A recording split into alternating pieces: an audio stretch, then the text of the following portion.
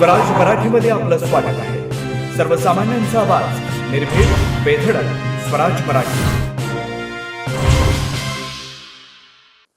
नमस्कार, Swaraj Marathi news channel मध्ये आपलं स्वागत आहे।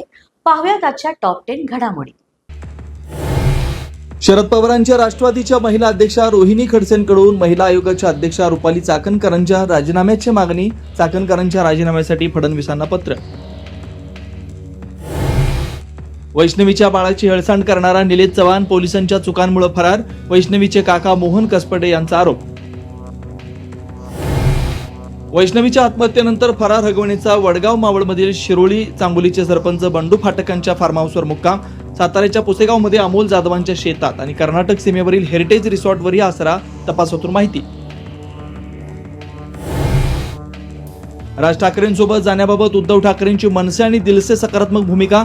खासदार राऊतांचं मोठं वक्तव्य। दोन्ही भाऊ एकत्र येण्याच्या चर्चा नवधान। पुण्यात खराडी भागात बनावट कॉल सेंटरवर छापा। 150 ते 200 पोलिसांच्या पथकाची मोठी कारवाई।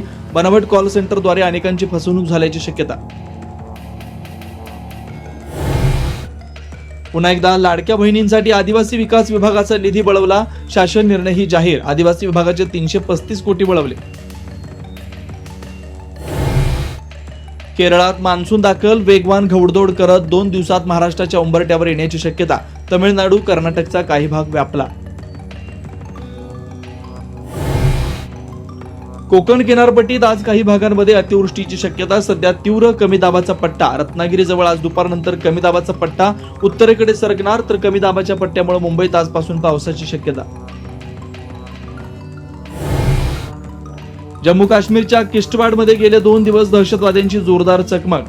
4 दहशतवाद्यांना घेरल्याची माहिती। संपूर्ण परिसराला लष्कराचा घेराव। राहुल गांधी आज जम्मू काश्मीर दौऱ्यावर। पाकिस्तानी गोळीबारात नुकसानग्रस्त पूंछ भागामध्ये नागरिकांशी संवाद। जखमींची राहुल गांधींकडून विचारपूस।